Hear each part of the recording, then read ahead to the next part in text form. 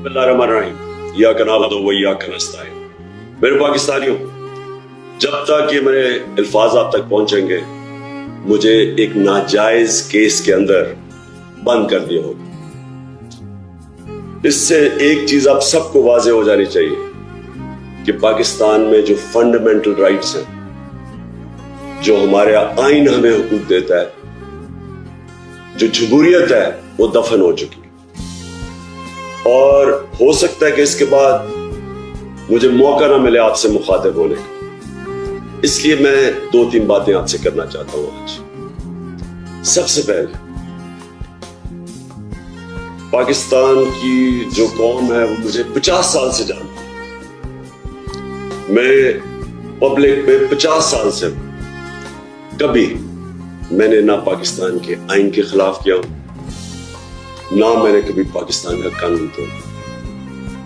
और मेरी हमेशा, जब से सियासत में आया, मेरी हमेशा कोशिश हुई कि मैं जो भी अपनी जद्दोजहद करूं वो पुरअमन करूं, आइन जो मुझे हक देता है पुरअमन एहतजाज का, उसके बीच में रह के करूं।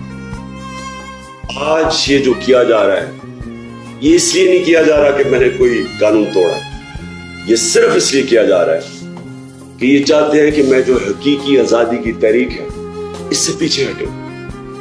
और ये इसलिए किया जा रहा है कि ये करप्ट चोरों का टोला, इंपोर्टेड हुकूमत जो हमारे ऊपर मुसल्लत की गई है, ये चाहते हैं कि मैं उसको कबूल करूं। मैं आज आप सबसे अपील कर रहा हूं कि आपको अपने हुकूक के लिए, अपनी हकीकी आजादी के लिए सबको निकलना पड़ेगा। कभी भी किसी कौम को प्लेट में आजादी नहीं पकड़ाई जाती।